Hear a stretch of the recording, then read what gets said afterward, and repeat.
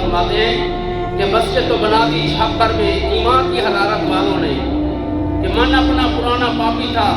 اور برسوں سے نمازی بن نہ سکا۔ مسجدیں لوگ بڑے شوق سے بناتے ہیں،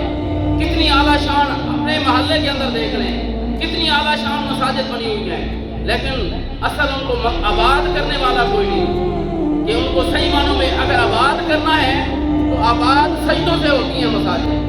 آنے جانے سے ہوتی ہیں، بندوں سے تعلق بنانے سے ہوتی ہیں کہ بندہ اللہ کے گھر سے تعلق بنائے اور اللہ کے گھر کے اندر سر پر سجود رہے۔ تو مسجد ہمیشہ بندوں کے سے آباد ہوا کرتی ہے۔ مال و دولت وہ ایک علیحدہ ضروریات ہے، مساجد کی ضروریات ہیں، خرچ کرنا ضروریات میں آتا ہے، لیکن اصل جو